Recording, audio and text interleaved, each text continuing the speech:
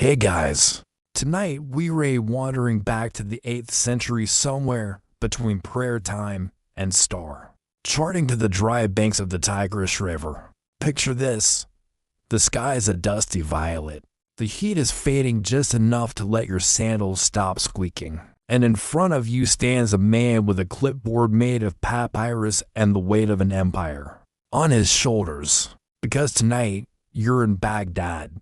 Well, not quite yet. Right now, you're in a field, and that man is Caliph Al-Mansur. And where you're standing, just bare dirt, scattered palms, and maybe a curious goat or two chewing on geometry scrolls. But in Al-Mansur's head, a circle, a perfect one. Baghdad's round city. It'll have for gates, cardinal roads. A central palace so aligned with cosmic order it might make the sun jealous, and walls so symmetrical even the guards will march in synchronized arcs. Of course, right now, you're sweating, and the only thing round about this field is a withering fig someone dropped hours ago. You probably won't survive this construction site honestly. You're more poetry than labor, but let's pretend for tonight. So, before you get comfortable, take a moment to like the video and subscribe, but only if you genuinely enjoy what I do here. And if you're listening from somewhere special, drop your location and local time in the comments. I love seeing where these sleepy journeys reach. Now, dim the lights, maybe turn on a fan for that soft background hum, and let's ease into tonight's journey together. You walk beside the Caliph well, okay. Behind him at a safe and dusty distance as he gestures wide with a golden-tipped cane and starts explaining his vision.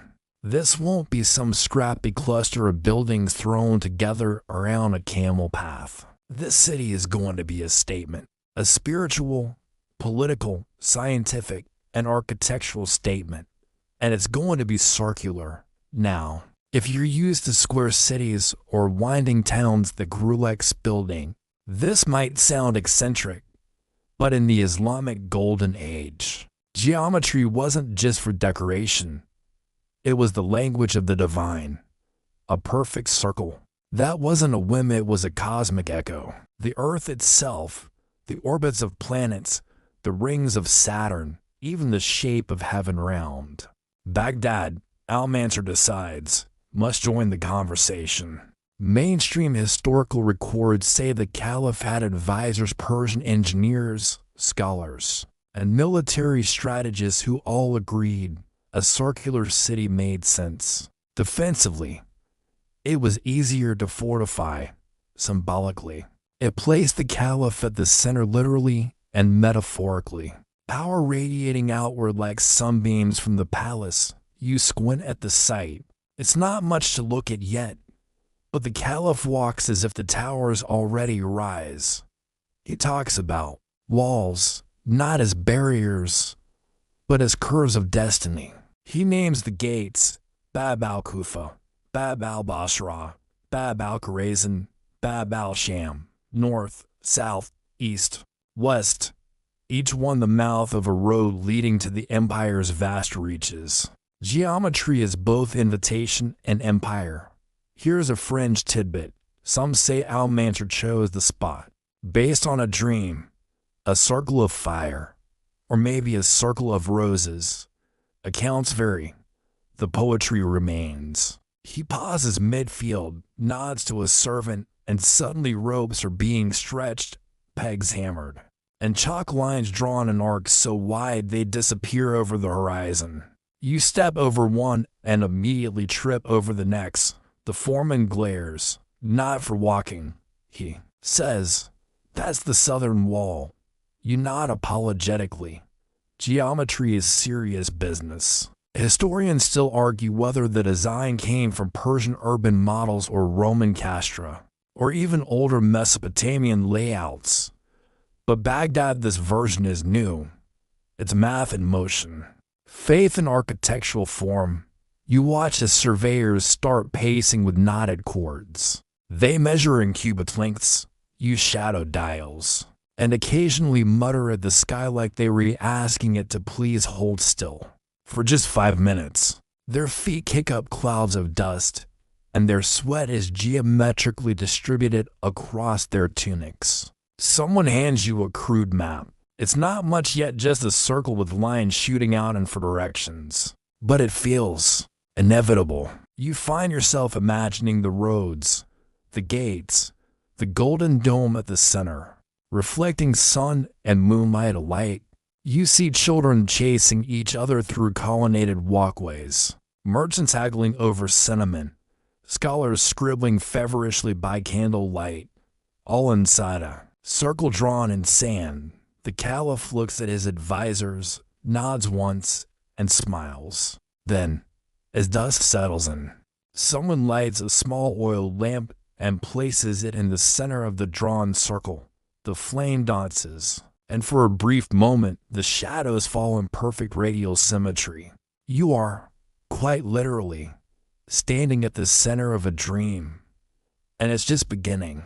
The night folds gently over the Tigris, and the pale glow of a crescent moon settles just above the not-yet city. You stretch your legs quietly, because the role players are still muttering geometry, and decide to walk the circumference.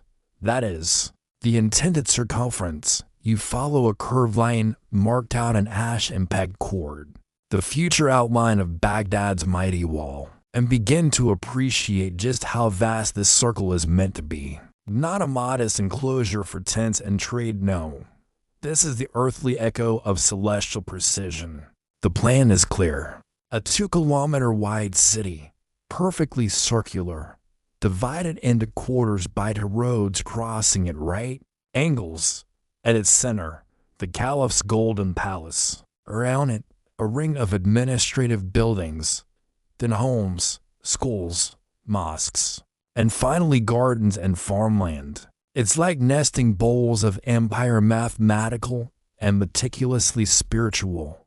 The circle, you're told by a passing scholar with hair like broom bristles, is the most perfect form in creation. It has no beginning and no end, no corners where evil can hide. God prefers curves, he adds, nibbling on a fig. This is not urban planning. It's cosmic alignment. You recall that earlier civilizations, Babylonians, Greeks, Persians, used geometry in construction.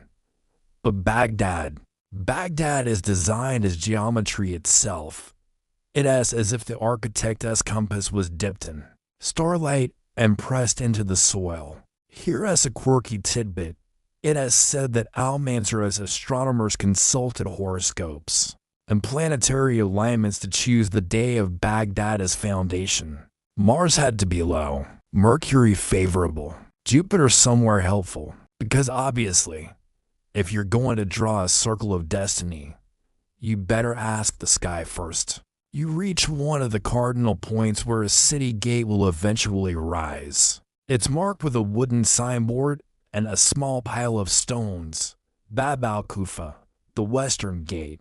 A few workers lounge nearby, tossing pebbles and debating whether they should build a little shrine or just name a chicken after it. Historians still argue whether the perfect circle design came fully formed from Almansor's head, or whether it evolved from earlier city concepts like Persian Firuzabad, another round city, whose ghost shape hovers behind every decision here.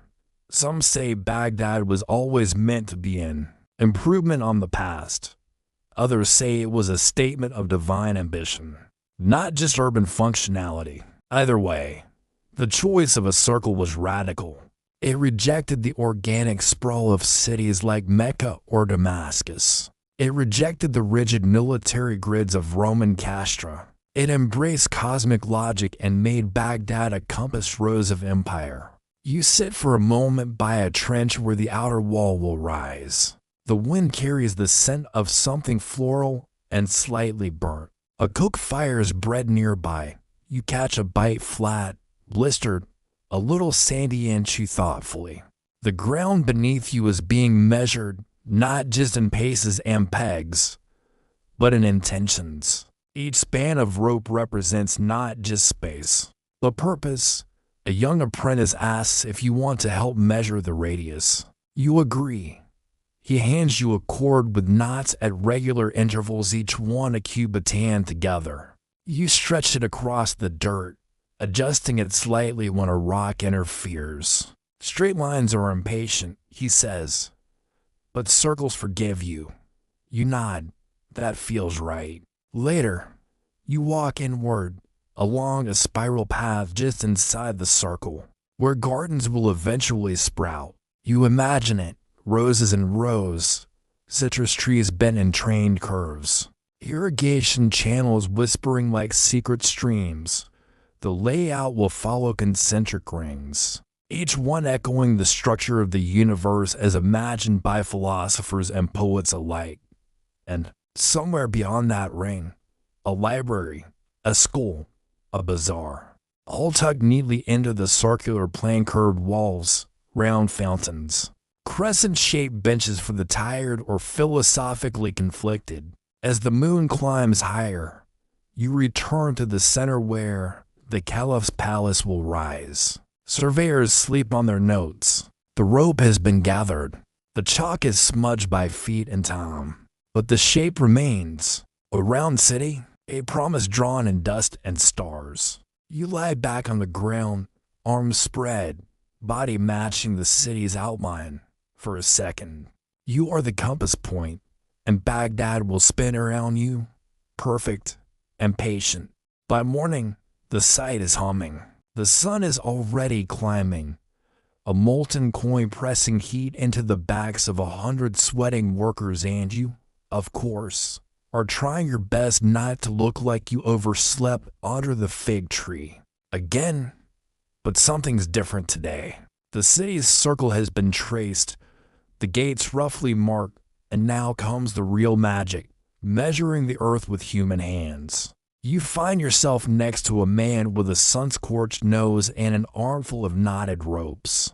The original ruler's toolkit, his job, to mark precise lengths from the city's central point outward, using nothing but math, memory, and muscle, and probably a little light grumbling. Want to hold the peg? He asks, without looking up. You nod. You're helpful like that. Mainstream historical sources tell us the Abbasids used a system of geometry and astronomical calculations to ensure every part of the round city aligned with both of the heavens. And their bureaucratic sensibilities, the unit of measure, the cubit roughly the length of a forearm, though whose forearm remains the subject of many scholarly arm wrestling matches. And yes, historians still argue over how exactly they managed it. Some insist they used Greek geometric treatises, others argue for Persian surveying traditions, and a few fringe thinkers whisper about ancient Egyptian shadow clocks making a comeback in Baghdad. But all agree, this was precision by people, not machines. Trained surveyors paced the radius of the city outward from a central point, swinging ropes and arcs and planting pegs to mark the city as skeleton before any bricks were laid. One quirky tidbit: some rope measurers trained by walking blindfolded developing an instinct for distance that allegedly made them better than rulers. I can feel a cubit in my toes, one boasts proudly, then promptly stubs his on a rock. You follow them for a while as they walk in arcs and cords, careful not to stretch the rope too tight or let it sag. A slight droop could warp the curve and distort the grand vision. It's like city planning meets interpretive dance. Eventually, a figure in a long indigo robe arrives, his beard dusted with chalk. He is the chief surveyor, and he's holding a dusty astrolabe like it's a holy relic. With practiced elegance, he uses it to confirm alignment between the palace center and the gate markers on the horizon. Tiny brass arms rotate. Eyes squint. Notes are taken. You're standing about 2 degrees off true west. He says to you. You shift. Better. He murmurs and turns away. He doesn't need to raise his voice. Authority moves in precise arcs, apparently, around you. String is being staked to mark the major roadways, each running from the central palace. out toward one of the four gates, perfectly straight, or at least as straight as possible when camels keep walking across them. Every road is a question. One planner mutters, "Where does it go? And how politely can it ask?" A tent nearby holds engineers scratching diagrams into the sand with sticks. You peek over their shoulders. One shows a map with nested rings, color-coded zones, and a peculiar note that simply reads, "Future pigeons." You don't ask. As the heat rises, someone hands out vinegar water and salted dates. You chew slowly, watching the shadow of the measuring pole inch toward true noon. That shadow matters. In fact, it's everything. By noting the shadow's length and angle at specific times, surveyors could calculate the city's orientation with respect to the sun and, by extension, determine true north.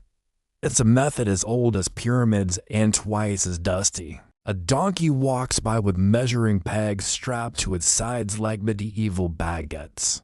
No one questions this. Then a young boy runs past holding a string attached to a spinning top. "Perfect circle," he shouts. As the top spirals across the dust, the surveyor pauses, watches the toy, and nods in approval. That's the idea. It's geometry in every breath. By midday, the ropes are all set. The city's heart has been measured, its limbs extended, its boundaries kissed with chalk and peg.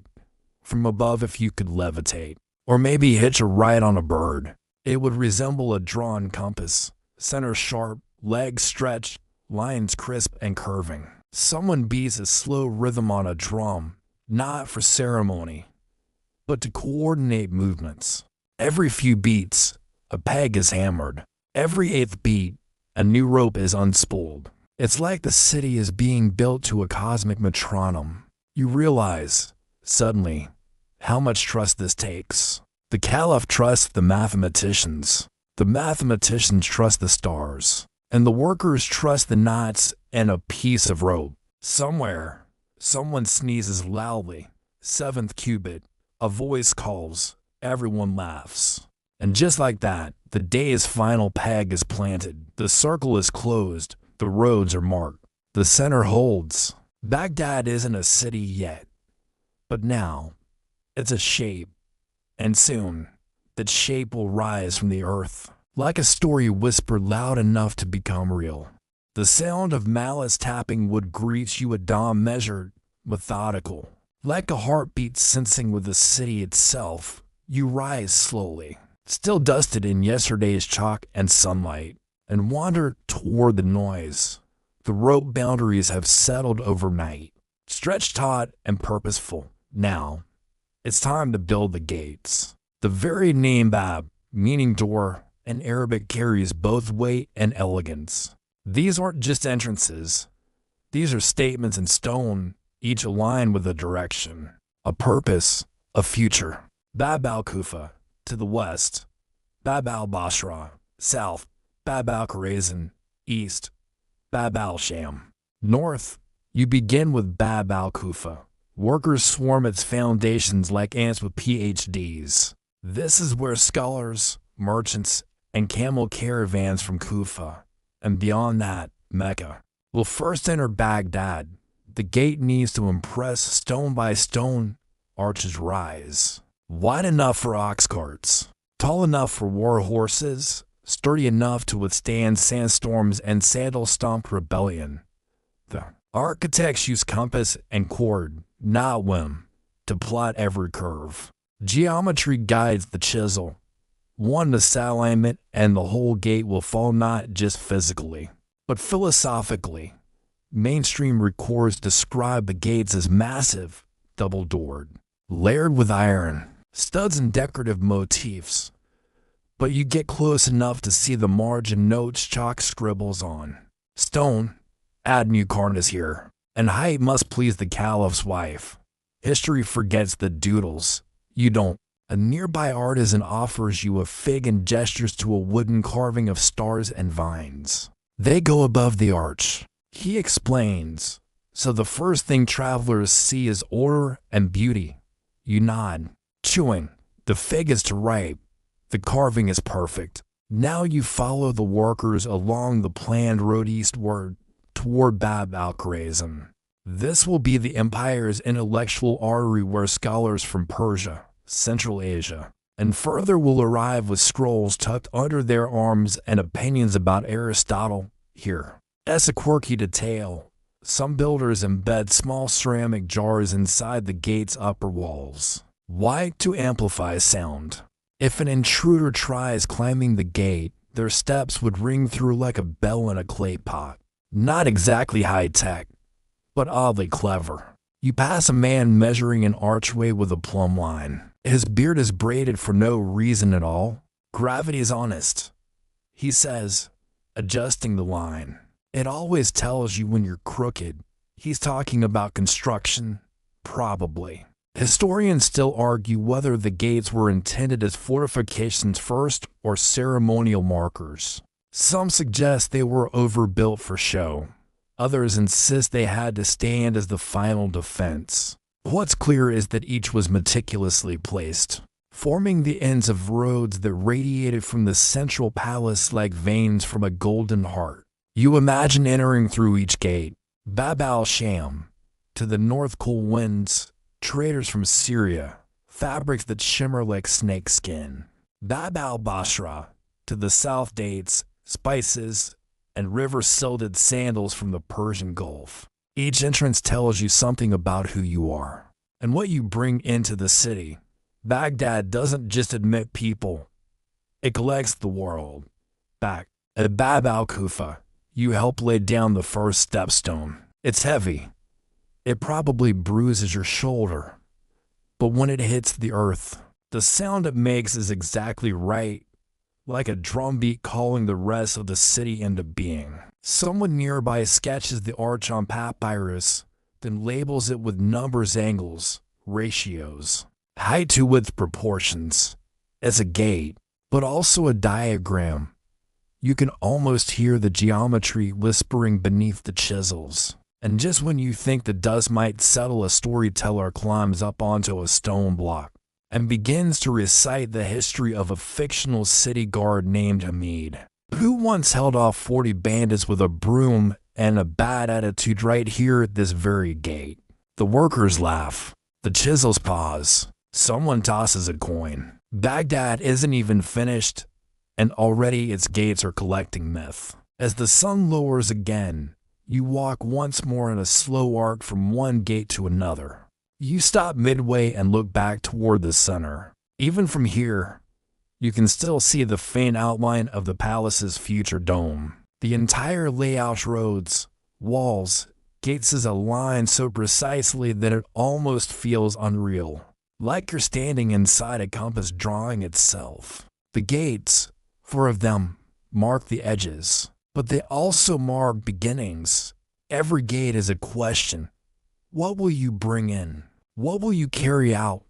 And here you are, drifting between all 4, a little dusty, a little sunburned, perfectly placed. By now, you've memorized the smell of construction, sun-warmed wood, crushed lime, and the faint sting of copper tools. But today, you follow the curved trench of the city's outer boundary, where something new is rising, something massive, something deliberate. The walls. Not just any walls, double walls. No less to great concentric rings that will circle Baghdad like the delicate ridges of a golden coin. Between them, a narrow corridor where patrols can move unseen and arrows can fly with unnerving efficiency. But in the sleepy pace of this moment, you simply walk along the first foundation trench, where oxen drag blocks into place, and masons hum rhythmic tunes to keep their mortar mixing on beat. Occasionally, a boy yells too much water, and everyone groans in dusty unison. These are ad hoc defenses. These walls are designed using math, and the curve is everything. A circle with consistent tension, like a bowstring drawn around the heart of the city. It's said that a circular wall distributes weight more efficiently, resists siege engines better, and prevents easy breaches at corners because, well, it has no corners. You trail behind a scribe who jots calculations onto a wax tablet. If we miscalculate the curve, he says, without looking up, the entire eastern wall might intersect the southern road. The caliph would be displeased, and my uncle would lecture me again. He sighs deeply. He's not even here. Mainstream historians describe the round city's walls as three concentric defenses: an inner brick wall, a wide open space, and then a second taller wall with battlements and arrow slits. But what they don't always mention is how many of the builders were also musicians, trained in rhythm and proportion. That's right, Baghdad's walls may have been laid to music.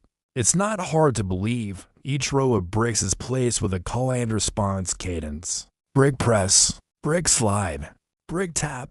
A soft thump from a wooden mallet accompanies each move, and before long, you find yourself nodding along, sleepy just listening to it. Here is a fringe tidbit for you. Some say the inner curve of the wall was plotted using a method borrowed from ancient India involving tensile cords stretched over horse skulls to gauge strength and tension in different materials. Most call that a myth. You're pretty sure the workers spreading clay nearby are just happy to not be working with horses at all. You pause at a tower base where stonemasons are fitting keystones into arch watchtowers. The masons are old, silent, and seem able to spot errors from across a field. One flicks a pebble at a misaligned stone. The younger mason grumbles, then adjusts. The older one smiles faintly. Victory is sweet and symmetrical. Between the two walls, you find a few children playing a game involving spinning pottery shards and shouting names of monsters from Syrian folklore. One shard flies too far and clinks off a fresh wall segment. A guard raises an eyebrow. The kids scatter. You pocket the shard. It's shaped like a crescent moon. You keep it. Historians still argue whether these walls were more for defense or prestige. Some sources emphasize their military purpose: arrow slits, fire towers, battlements. Others focus on their role as visual metaphors. Baghdad is a shining ring, an earthly version of paradise, where safety and symmetry rule. You like both. In the late afternoon, the light hits the rising walls just right. Shadows fall in careful arcs. The outer wall, still under construction, now begins to mirror the inner one, and the visual echo is mesmerizing. It's like walking through a giant mandala. Only this one will be filled with marketplaces, prayer calls, and the aroma of cardamom rice. You run a hand along the drying bricks. They're warm, textured, slightly imperfect. But when set into a curve, they become part of something larger, something seamless. It's a gentle lesson in cooperation. You, alone, are a lumpy brick. Together, you're a circle strong enough to stop history in its tracks. At one point, a quarrel breaks out between two engineers over the exact curvature of a bastion.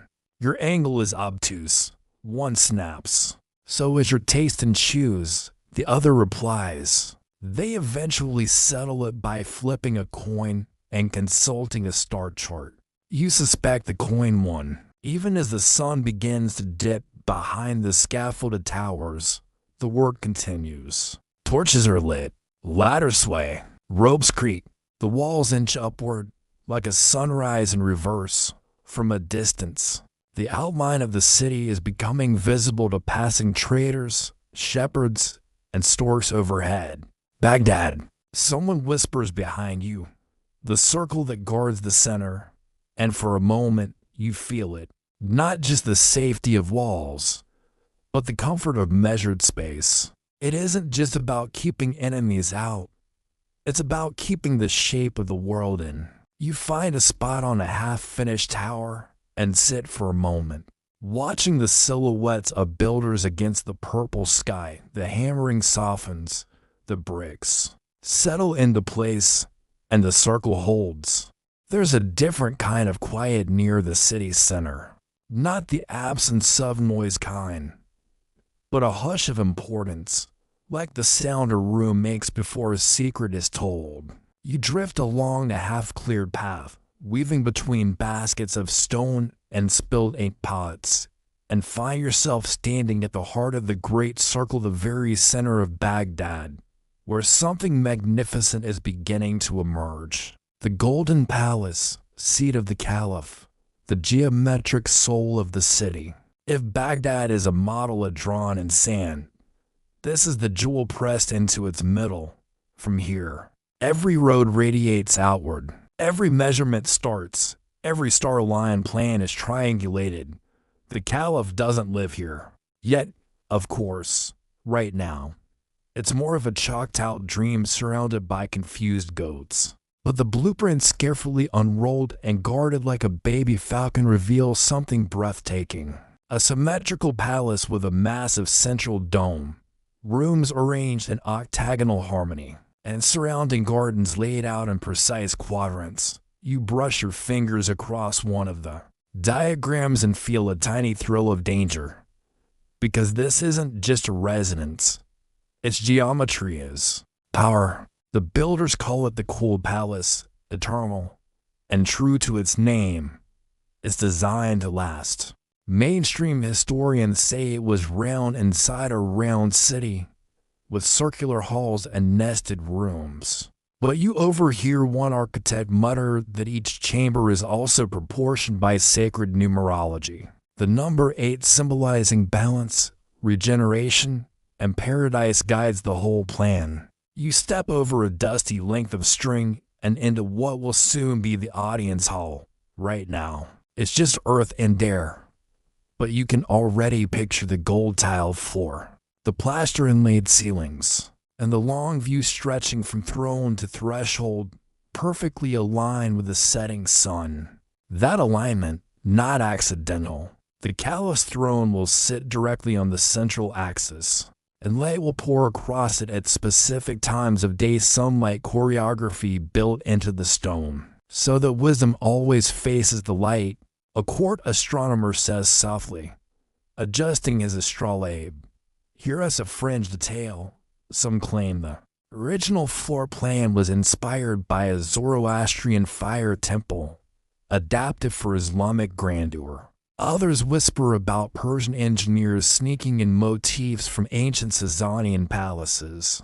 Historians still argue whether this was cultural borrowing, architectural genius, or both. You follow a trail of flat stones that will soon outline the palaces for wings, each leading toward one of the cardinal gates. It's like being inside a living compass where politics, faith, and cartography all share a pillow. At the north wing, an artisan is sculpting window frames, arches within arches. The Caliph wants light to fall in patterns, he mutters. Not looking up, light should feel intelligent. You try not to breathe too loudly. The plaster is still drying. Over by the south wing, a scribe is etching verses from the Quran into a slab meant for the entry wall. He writes slowly, carefully, aligning each line with a tool no bigger than a thumbnail. You ask how long it takes.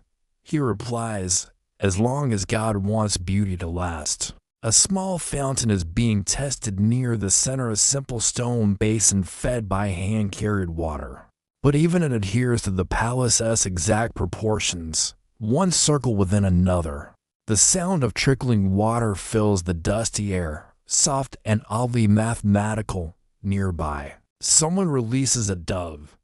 It circles the empty courtyard once, then flies east. Everyone stops for a moment. A good omen. A directional test. A lost pet, you ask. No one knows. Or they won't say. And just when you think the palace couldn't get more geometrically perfect, a young architect points out the mirrored symmetry between the palace walls and the outer city. Walls. They're scaled differently, but their layout echoes a fractal of intention. Even the rooms are set to specific ratios 1:2, to 2:3 proportions found in music and poetry.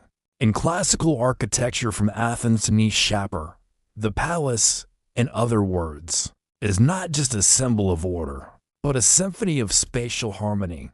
You lie down on a polished stone still warm from the sun and close your eyes. The distant hum of construction surrounds you. Measured steps, whispers, a goat chewing something sacred, maybe a scroll, and for a breathless moment, it all falls into place. The round city, centered not just by power, but by math, a golden axis in a world of dust. And you, perfectly still, somewhere on the line between the sky and the caliph's dreams. You wake with a smear of palace dust on your cheek, and a sunbeam angling sharply through the half-finished arch above you. A worker steps lightly past your resting spot, balancing a bucket of wet plaster like it's a goblet of wine. You blink and remember, today is about water.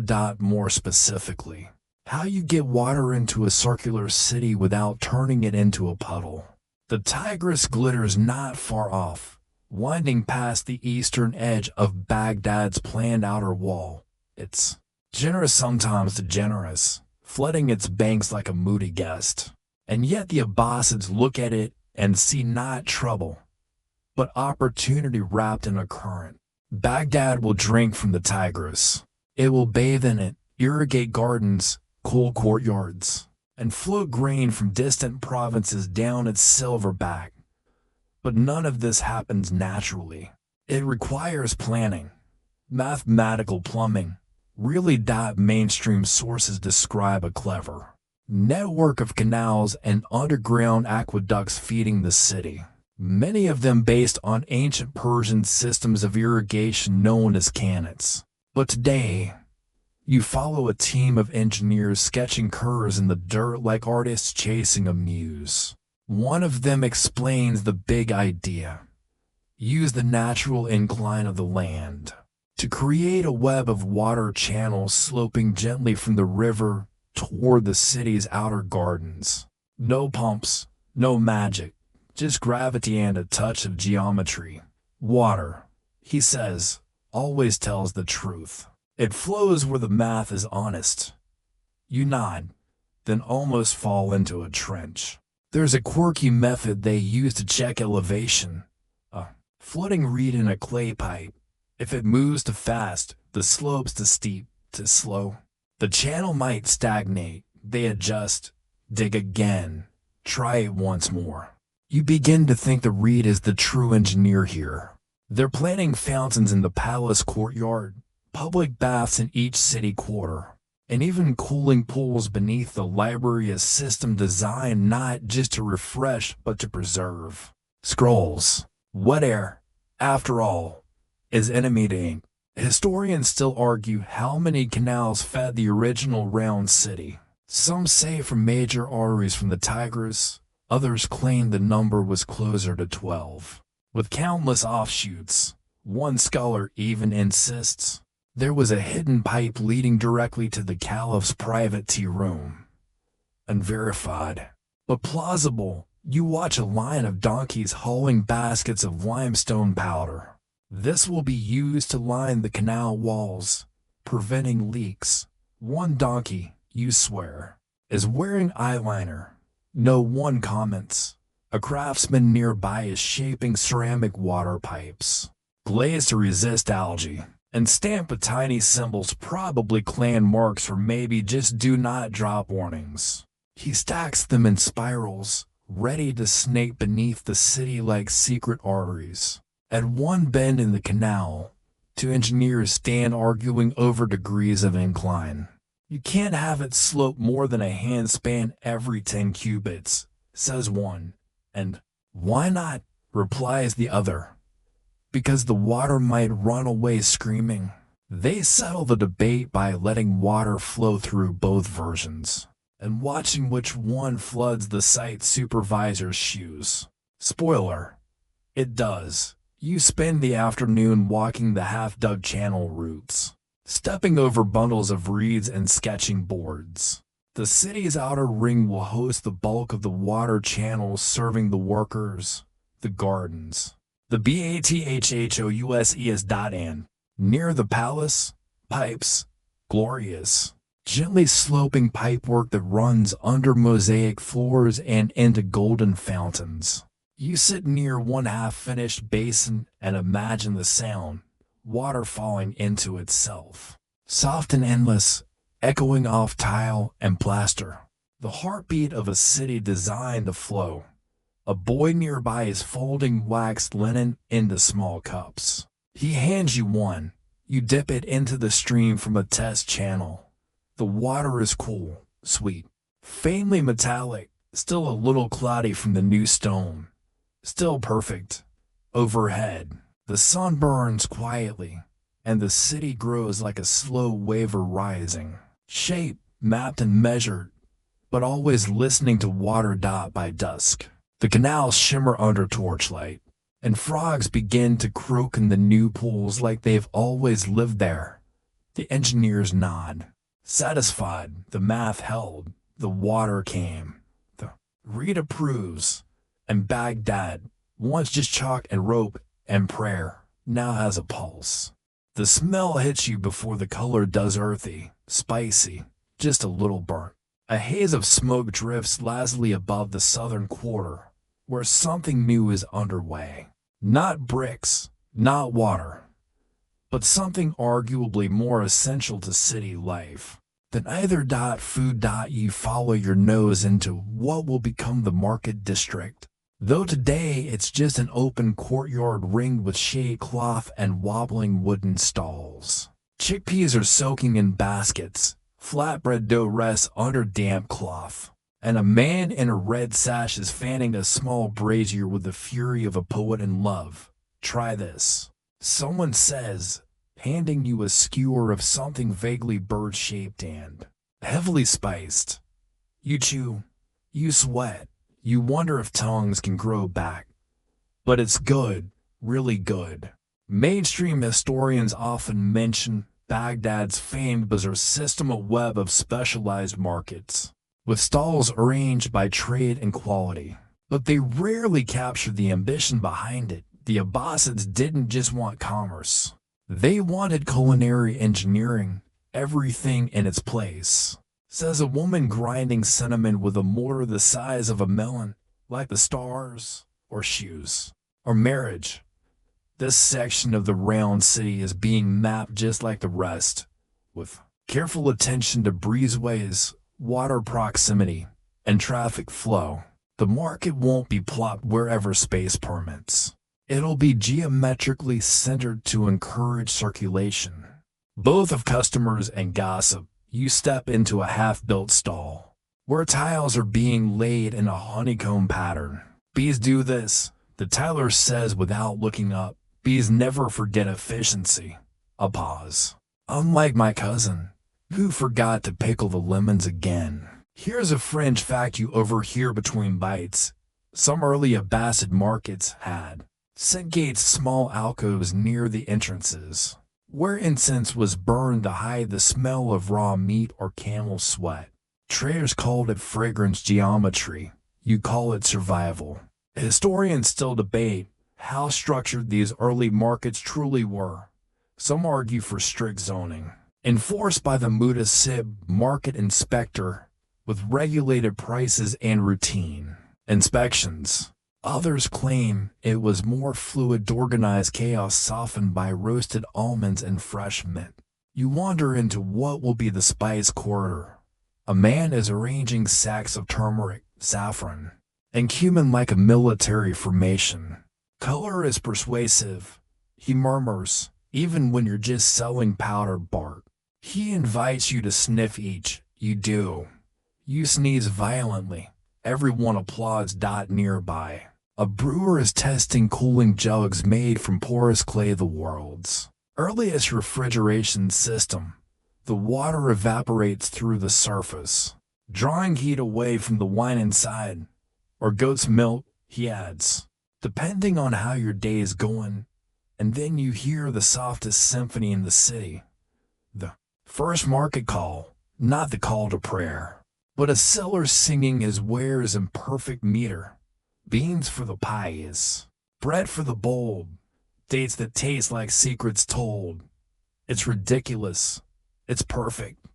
It's Baghdad. The round city wasn't just built to defend or impress. It was built to function. And that meant food abundant, varied, and mathematically. Place where you could smell it from the gates. Even the alleys are calculated to keep traffic moving.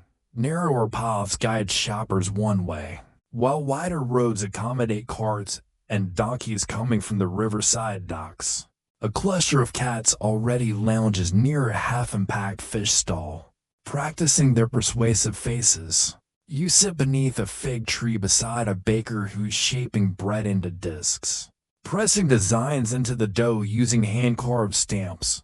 One has a lion, another, a quote from a Persian poem. Another just says hot. I like to remind people what they're holding. He shrugs as twilight falls. Lanterns flicker into life, casting star-patterned shadows on the flagstones. The market still smells like cinnamon, but now with a whisper of charcoal and cardamom. Someone is playing a stringed instrument, probably an E-flat. Probably slightly out of tune, and people hum along as if it were always part of the plan. And maybe it was. You walk the edge of the marketplace, watching workers roll out fabric awnings and test drainage channels for the night rains. The market isn't even finished, but already it feels alive, like it's humming in its sleep, dreaming of breakfast. Baghdad, the circle of knowledge and power, now has its stomach, and tonight, it's full of lentils, laughter, and precisely 7 cats. The city has gates. It has water. It has bread. But what is Baghdad without books? This morning, the sun peeks gently over the half-built rooftops, catching the dust motes midair like flecks of golden ink. You're walking toward what will become the House of Wisdom, a place still whispered in scaffolds and stardust, not quite real yet, but growing louder with every chalk line drawn. Today's journey leads you through a courtyard littered with papyrus scraps and shattered pens. Scribe grumbles, ink has a will of its own, while trying to clean his stained fingertips on a passing goat. The goat is unimpressed. At the very center of the inner ring, just east of the palace but still within arm's length of power, a structure is rising, part temple, part fortress, all library, not just a place to store scrolls, but to birth new ones. Mainstream historians know it as Beit al-Hikmah, and many will describe it as a beacon of intellectual light, founded by Caliph al-Mansur and later expanded under al-Mun. But you're here early before the legends. All you see now are stacks of timber, rows of desks, and the quiet certainty that ideas are as foundational as bricks. A young woman is polishing a brass astrolabe the size of a dinner plate. She offers no explanation. She doesn't need to. Her workspace is cluttered with diagrams of the stars, spiral-bound charts of planetary epicycles, and one very judgmental-looking owl. Geometry helps us read the sky, she mutters, aligning the instrument with the early light, and books help.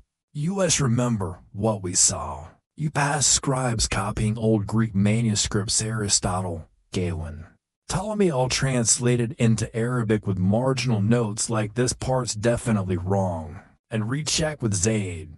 One page features a doodle of a lion eating a compass. You respect the priorities. Here's a curious fact. Some translators worked in teams of 3, one to read the original aloud, one to interpret it verbally, and one to write it down in perfect Arabic. You imagine the chaos. You imagine the genius. You imagine the coffee consumption. There's a table dedicated to mathematics, where a scholar is rearranging geometric shapes to prove something about infinity, or fractions, or furniture. He's muttering, if the square root of 2 is irrational, then so is my brother-in-law. A valid argument. Historians still argue whether the House of Wisdom began as a royal archive or a scholarly lab. Some say it was simply the caliph's personal library that ballooned into a university. Others insist it was designed from the start as an engine of empire ideas as infrastructure and geometry. Everywhere. The library itself is designed with octagonal reading rooms, high domes to catch and circulate cool air, and skylights that bathe every scroll in filtered sun. Even the floor mosaics resemble compass rows of circles within circles, as though every step you take is another calculation unfolding. You sit at a low bench beside a boy learning to copy letters. With a reed pen, his teacher raps the table gently.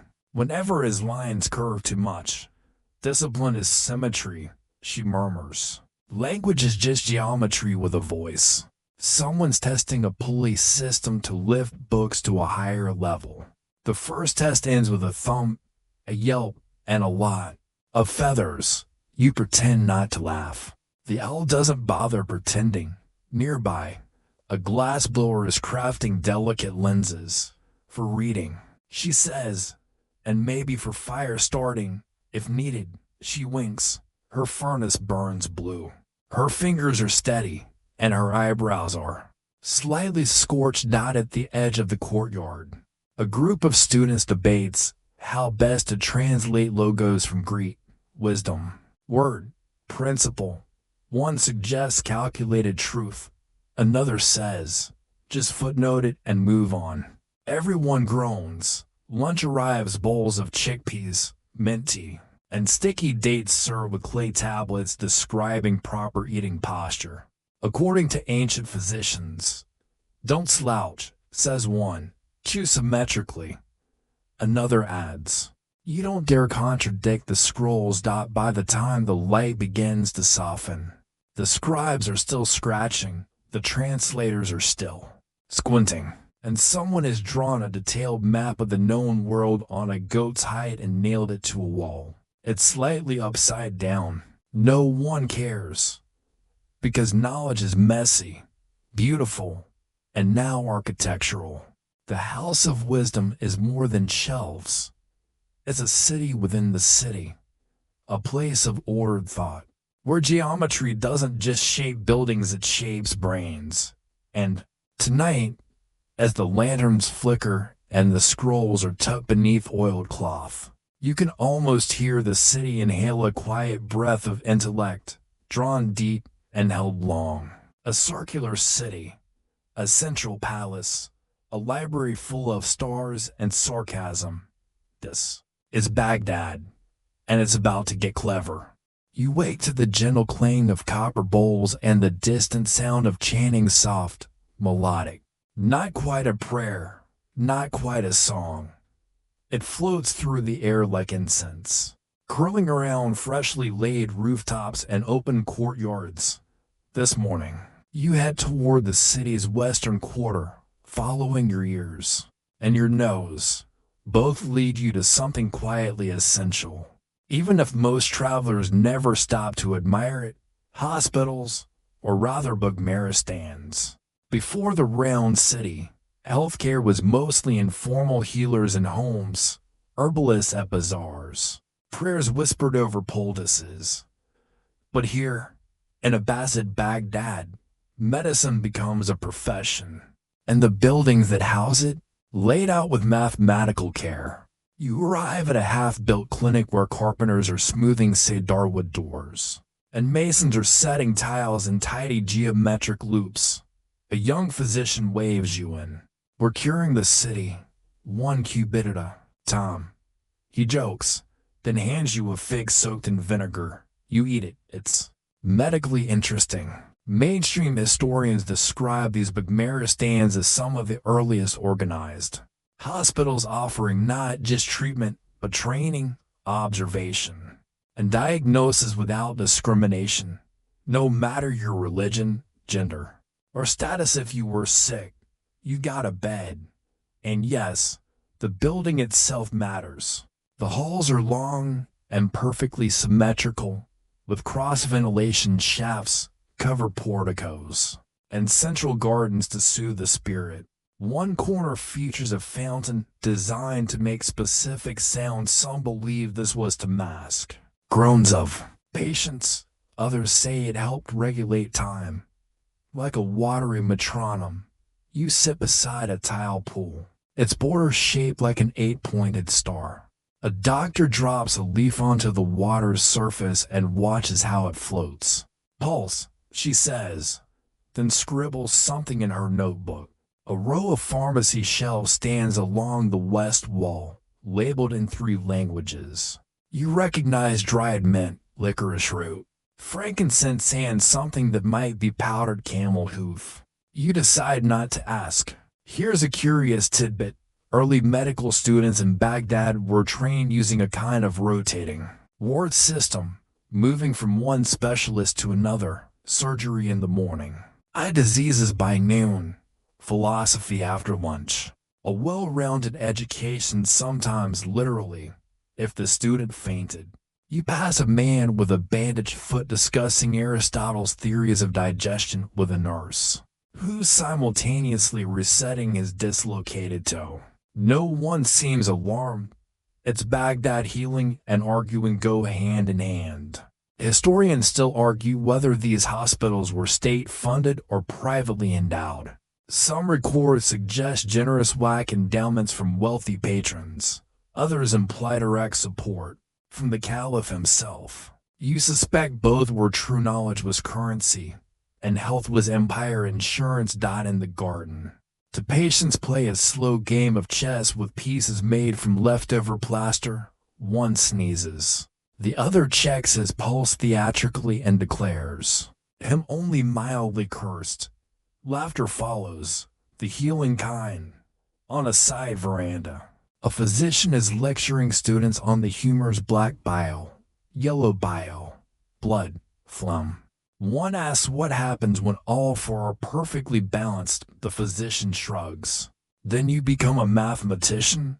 Or very boring? You walk through an herb drying chamber, thick with basil, fennel, and the sharp scent of asafoetida. Several bundles hang from the rafters like botanical wind chimes. One is labeled simply, "Cures heartache." Another says, "Probably snake venom. Do not sniff." And then, a moment of quiet. You find yourself standing in the prayer courtyard beside a fountain shaped like a lotus. Water trickles through carved channels into a wide basin where goldfish dart like punctuation marks. A patient nearby reads aloud from a scroll verses from ancient Persia about the symmetry of the body and the cosmos. You sit, you listen, you breathe. Because Baghdad's hospitals weren't just about broken bones or fevers.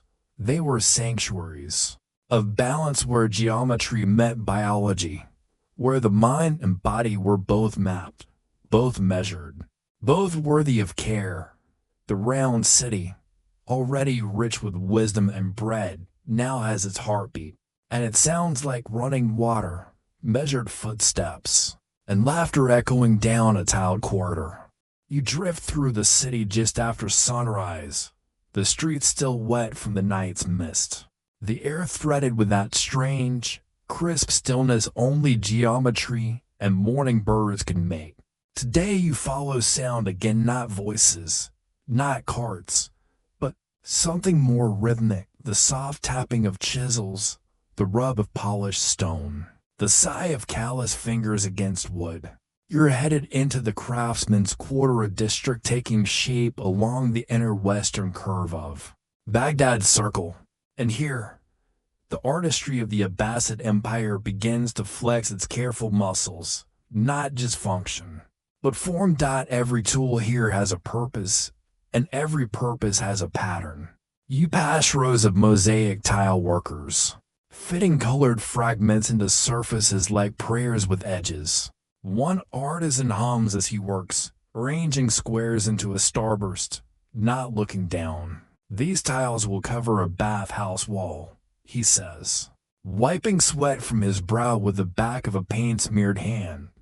"If the pattern doesn't line up, well, People notice more when they're naked. You nod solemnly. Historians often note Baghdad's fame for decorative art, ceramics, textiles, metalwork, calligraphy, but they sometimes overlook the geometry behind it all. The artisans aren't just being fancy, they're being philosophical. A bowl isn't just a bowl, it's a microcosm of the divine order. A bit dramatic for dishware, maybe. But look closer. At one stall, a copper worker is hammering a geometric reset into the base of a lamp. It's intricate, even excessive, and perfectly symmetrical.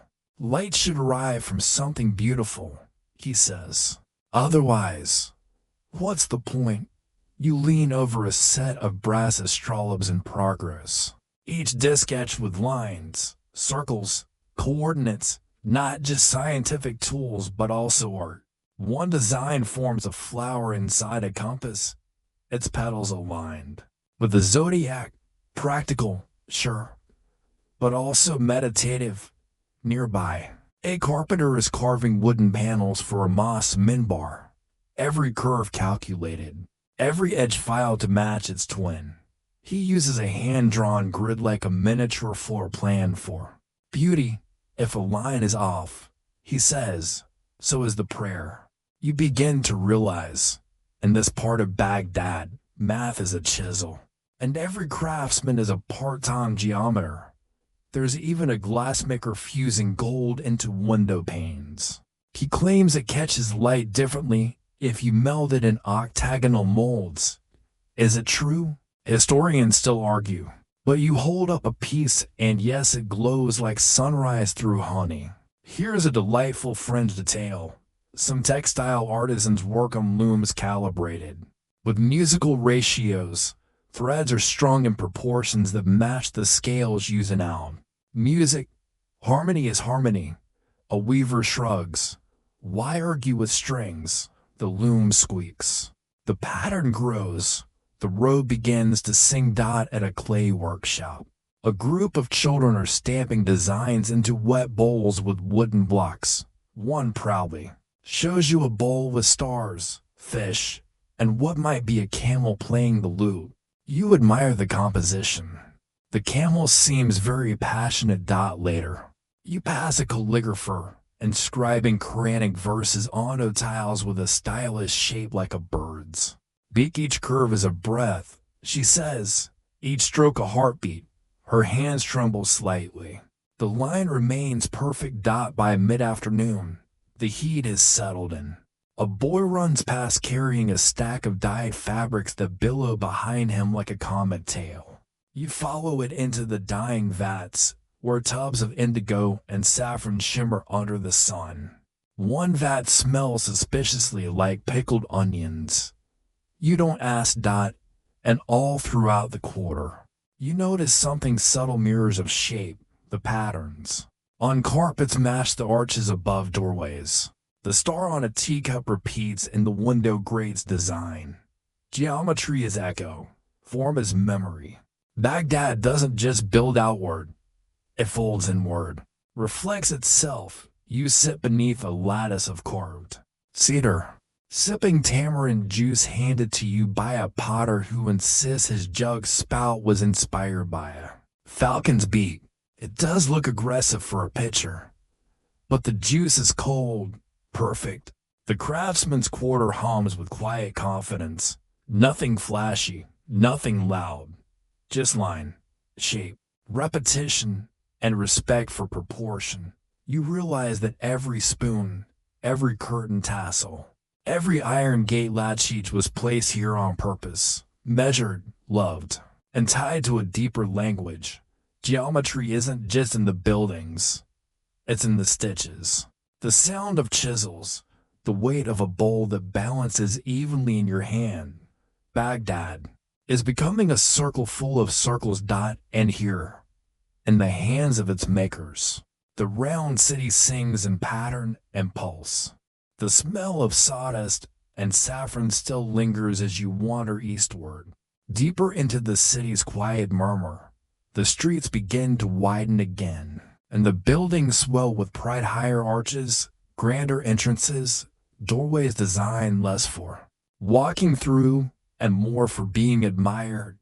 You've entered the residential rings now, not the modest worker homes huddled near the canals, but the wide-angled neighborhoods of scholars, poets, bureaucrats, and other generally well-fed people with an affinity for symmetry. The Abbasids, it turns out, weren't just obsessed with order in the palace or the markets.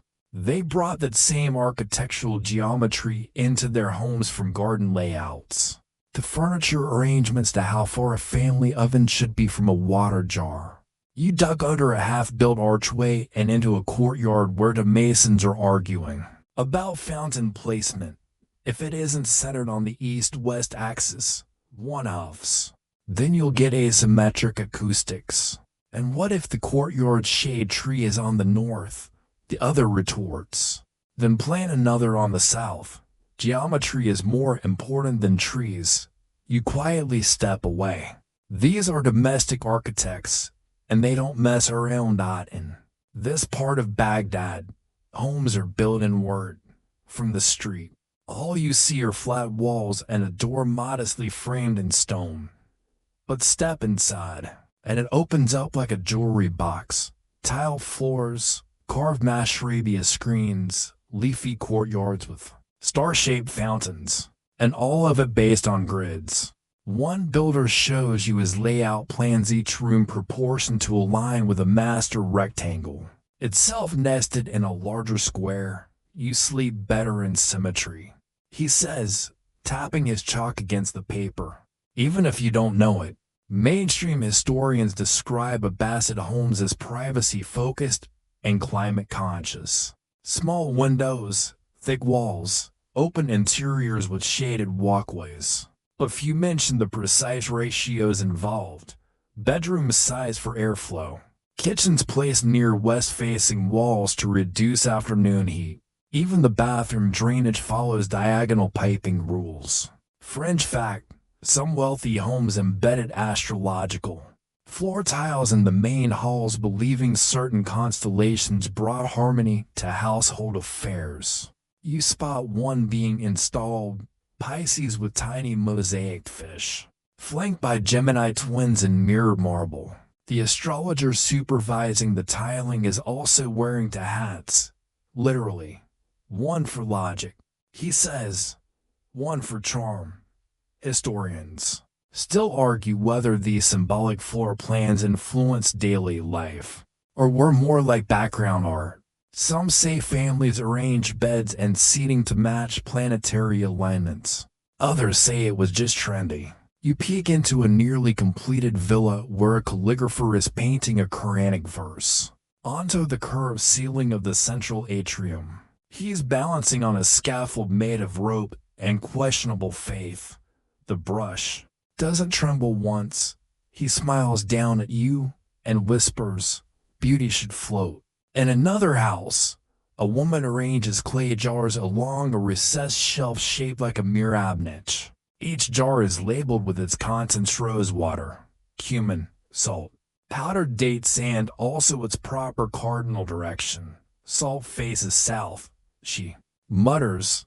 It keeps quarrels out of the kitchen. You walk past sunken seating areas dug into the floor for coolness, comfort, and dramatic conversation potential. Children chase each other around a central fig tree while an elderly man recites lines of poetry. No one is listening to, yet everyone hears. At the back of one home, you find a small reading alcove, lit by a skylight cut in the shape of a six-pointed star. A girl sits cross-legged on a reed mat, writing with a reed pen, ignoring the loud goats parading across the outer walkway. You ask what she's writing. Instructions, she says, for how to build a quieter goat pen. You move on. As dusk falls, light slants through perforated wooden screens, casting shifting shadows across patterned walls. These shadows are intentional. Some architects call them lattice light poems, changing designs as the sun arcs across the sky, transforming rooms into temporary mosaics. You step into one such home just as the last light curls across a blue tile floor. A man stands still, letting it wash over him like a sundial. Every room should tell time, he murmurs, and just like that, Baghdad feels less like a city and more like an inhabited equation where families sleep inside. Geometry, eat beside proportion, argue beneath trigonometric arches. The round city isn't just about grandeur. It's about harmony on every scale from the golden dome to the sugar jar. And as you lean against a smooth stone pillar in a home shaped by stars, you feel it humming through your spine. Symmetry, silence, and the slow heartbeat of a city that measures everything, even its dreams. By now, you've eaten your way through Baghdad's market stalls, wandered its libraries, and napped beside a star-shaped fountain. You've listened to scribes argue over Aristotle and watched a baker brand his bread with a lance. You think you understand the city, but then you hear music soft, syncopated, and mathematical. It draws you northeast, where the sound gets brighter, strings tuning, drums murmuring, flutes twisting through the air like colored thread. You're headed to a courtyard just beyond, the inner residential ring, where a circle of musicians has gathered in what looks like a semi-official pavilion, still under construction. Someone hands you a fig and gestures for silence. What you've stumbled into is more than a rehearsal. It's Baghdad's sonic geometry, a concert of ratios and reverence, all being orchestrated under an unfinished dome where music theory is architecture in disguise. Mainstream historians mention the Abbasid court's love for music, and some might name Ziryab or the Al's evolution. But few explain the weird and wonderful mathematics behind the melodies. You're about to find out firsthand. A man in a saffron robe plucks his out a pear-shaped stringed instrument. That looks like it could double as a serving dish and nods approvingly. Perfect fifth, he mutters. Just like the golden ratio, indeed. Everything here is about ratios. The width of the soundboard, the spacing of the frets, even the lengths of the strings, all based on proportions you last saw carved into pillars or tiled. Across floors, you sit beside a boy tuning a kanana zither-like instrument with more strings than seems reasonable. He whispers, "The strings mirror the stars. Each one has a planet." You nod. "That sounds about right." Here's a fringe detail that makes your ears perk. Some Abbasid musicians tuned their instruments using Pythagorean intervals, believing that music, like the cosmos, followed divine harmonic laws. A lute wasn't just a lute, it was a prayer with tuning pegs. Historians still argue whether this was widespread or confined to a handful of courtly music theorists. Some say it was ritualized practice. Others claim it was just a fashionable excuse to make music more difficult. In this moment, though, you don't care. The music starts. 3 musicians begin to play out, flute, and a shallow frame drum.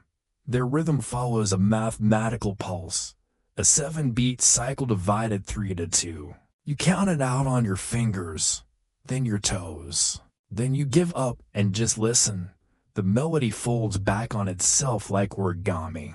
One phrase coils into the next, repeating in loops like tile work you once saw on a palace floor.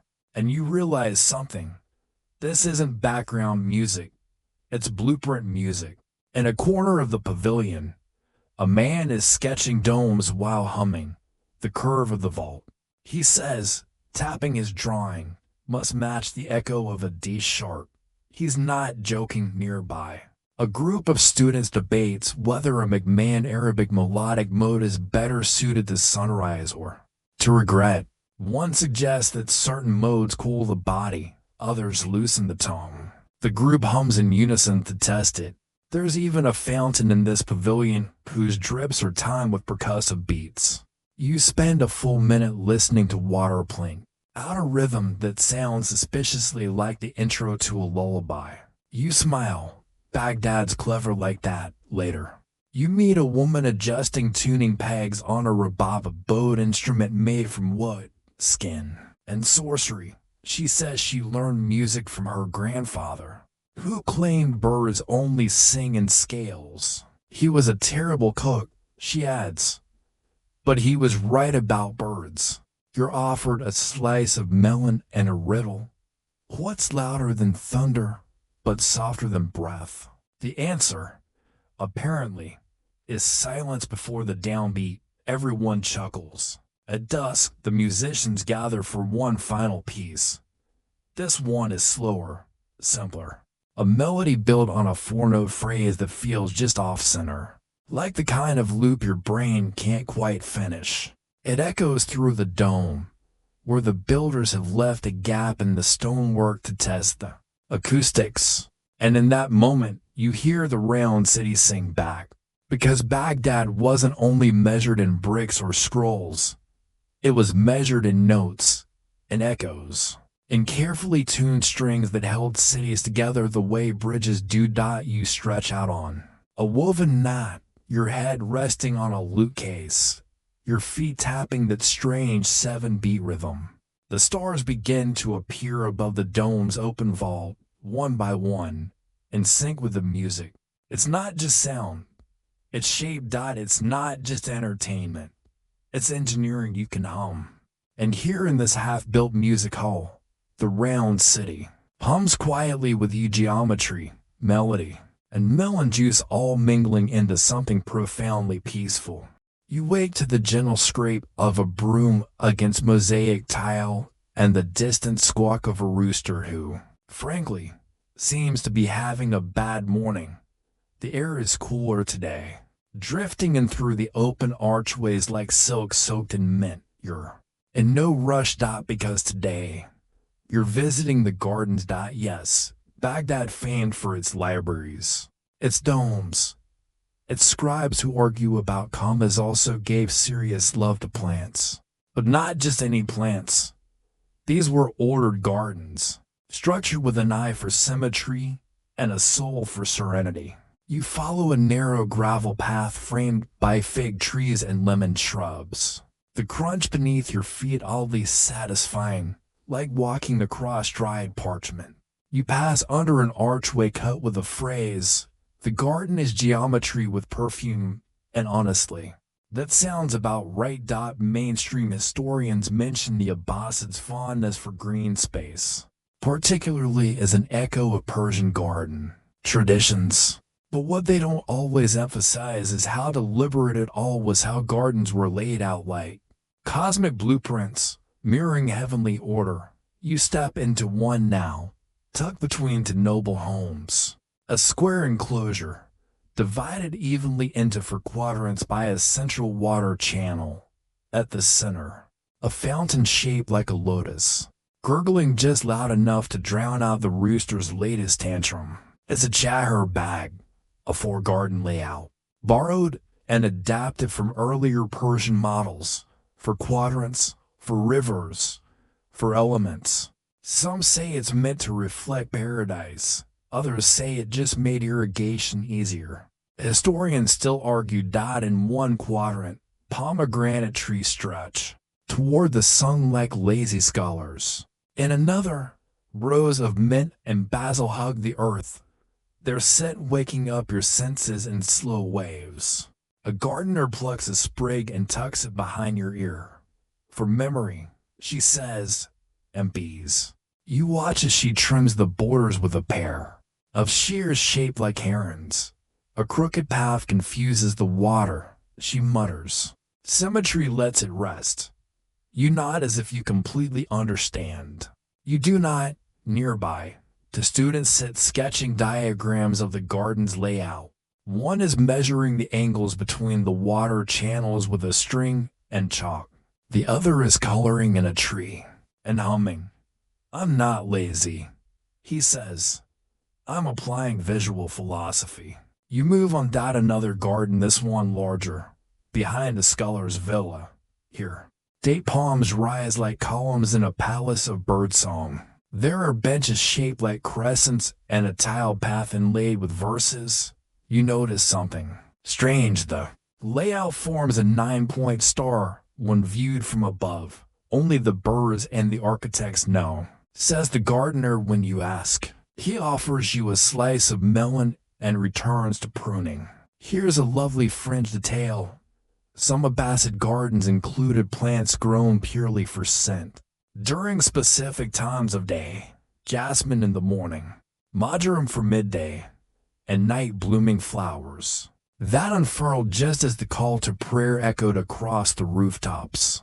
Baghdad was, in many ways, the original multi-sensory experience.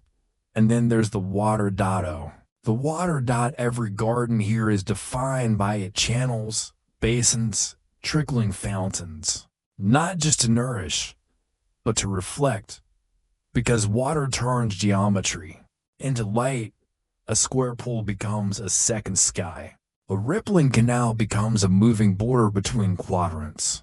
And if you stare into it long enough, it becomes a kind of silent mirror that knows your secrets and still likes you anyway. You dip your hand into one such channel, tracing circles that ripple out in perfect symmetry until they kiss the marble edge and vanish like forgotten thoughts.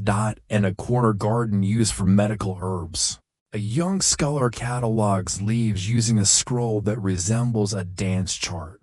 Everything has balance, he explains.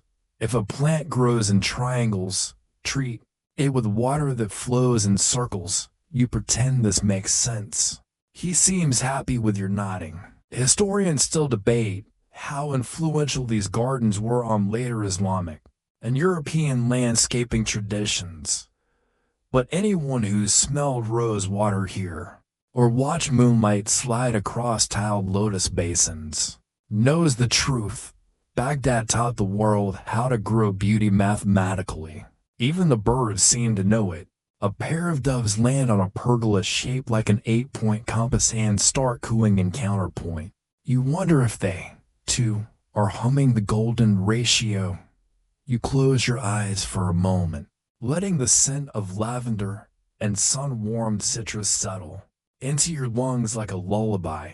Somewhere in the distance, the sound of the city continues. Market clatter, distant flutes. Maybe a goat doing something ambitious, but here, it's just green things and geometry. You stretch out beneath a fig tree whose shadow matches the shape of the tiled path. Not a coincidence. Nothing in Baghdad is a coincidence. Not the patterns, not the layouts, not the rose that blooms exactly beside the fountain spout. Everything is placed with intention. Even you. And as the fountain murmurs and the fig leaves dance, in the soft wind, the round city whispers its slow, leafy truths. Grow, reflect, breathe, repeat. You're up early again, though you're not sure if you ever really slept or just dissolved into the warm, herb-scented haze of that garden. Either way, you stretch, young like a lazy astronomer, and wander toward the outer edges of the round city where the noise grows sharper, the smell stranger, and the sky wider. Today, you're visiting a part of Baghdad that gets less attention in the poetry, but makes the poetry possible. The markets of the makers, the city's industrial brain and bustling stomach.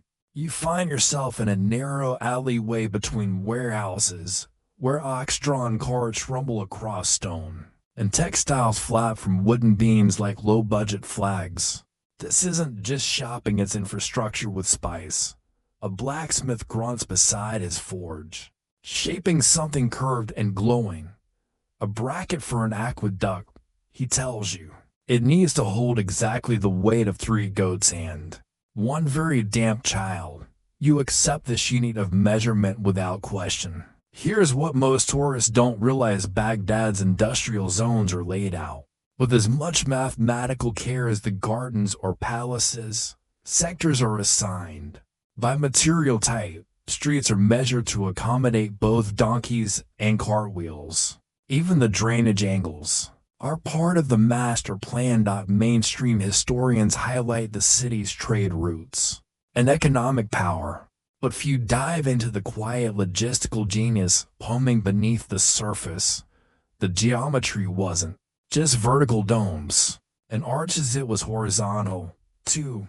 Flowcharts in the streets, grids in the grime. You follow a spice trader moving like a comet through the chaos. He stops at precise stalls, arranged in a sequence he swears corresponds to the phases of the moon. First, coriander, then turmeric, then something that makes your eyes water and your soul feel spicy. Spice's story, he says, tossing you a clove like it's candy. But you need a plot structure. Otherwise, it's just chaos and sneezing. In the textile row, you pass looms that sound like rivers click, swish, snap.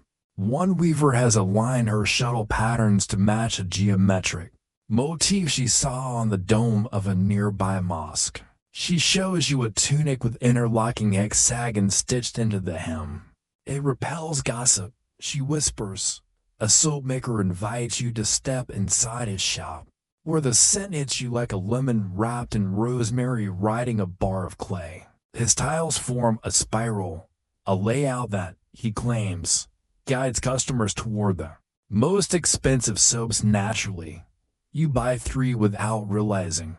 Fringe detail. Some artisans in Baghdad build their workspaces using scaled-down proportions of the city's full circular plan, tiny, round, micro-Bagdads with their own symmetry and center points.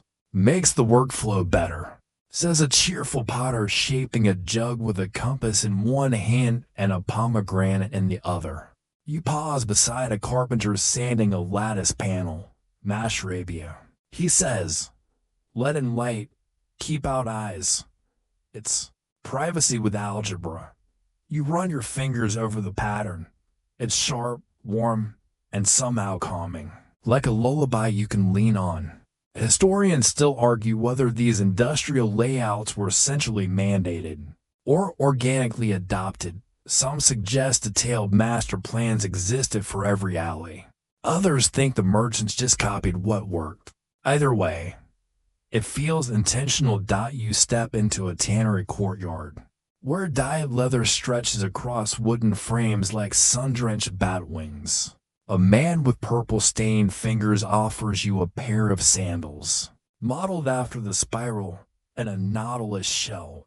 He says, good for posture and drama.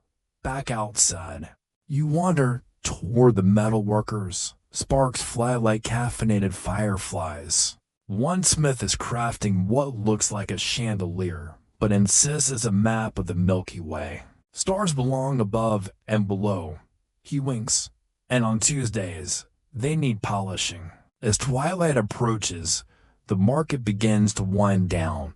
Vendors sweep their stalls, stack their goods, and argue over who's responsible for that one cart blocking the flow of donkeys. And slowly, the geometry of the market emerges not just in the layout of stalls, but in the movement of the people. They circle, loop, pause, return.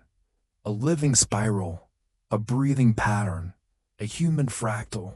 You sit beneath a striped awning as the lanterns are lit, one by one, each flickering flame reflecting off polished brass trays and mosaic tiled steps.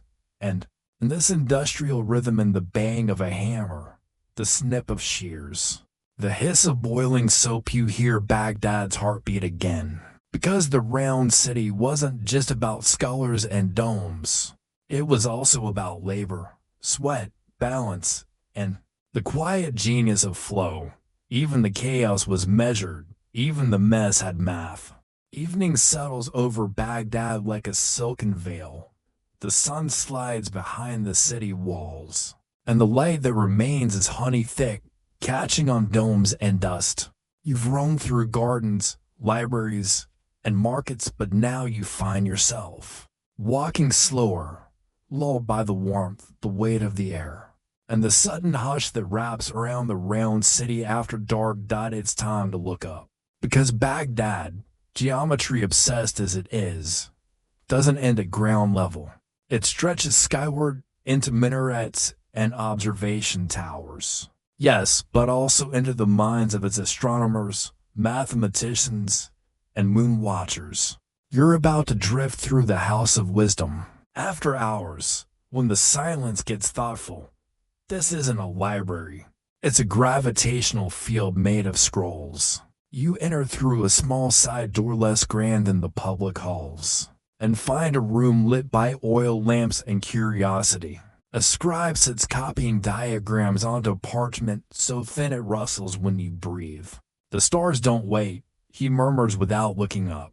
Mainstream historians usually describe the House of Wisdom as a translation center, which is true, but it was also an engine of cosmic ambition.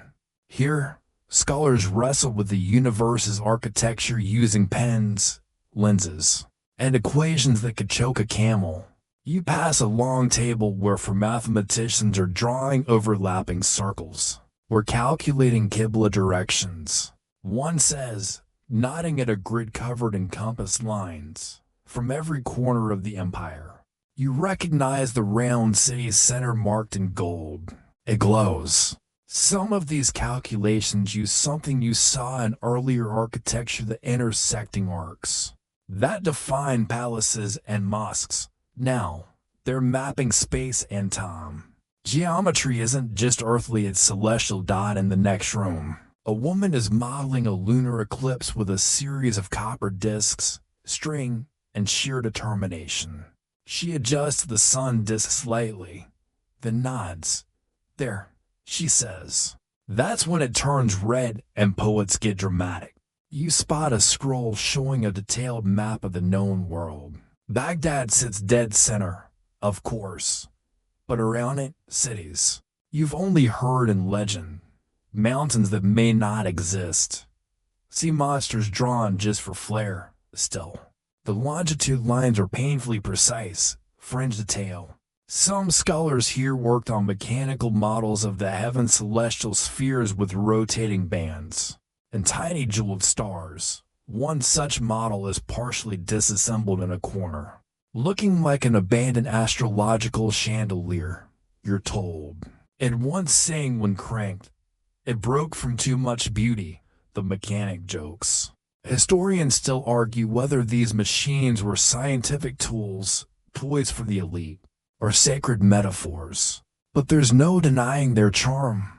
One assistant turns a gear, and a small planet rolls into position. Saturn, she whispers, like she's telling a bedtime secret. You climb a narrow stairwell spiral, of course, to an upper platform open to the stars. The sky above Baghdad is velvet tonight. You can see the curve of the horizon. Someone hands you a cool brass lens.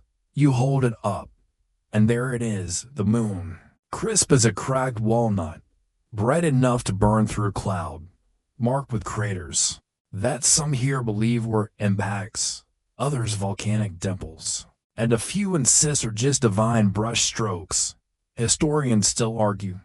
Of course, next to you, a young student is charting Jupiter's position using an armillary sphere. He has ink on his hands and stars in his hair. Do you want to see Mars? He asks, but points down toward a red glass lamp burning on a rooftop across the courtyard. You both laugh.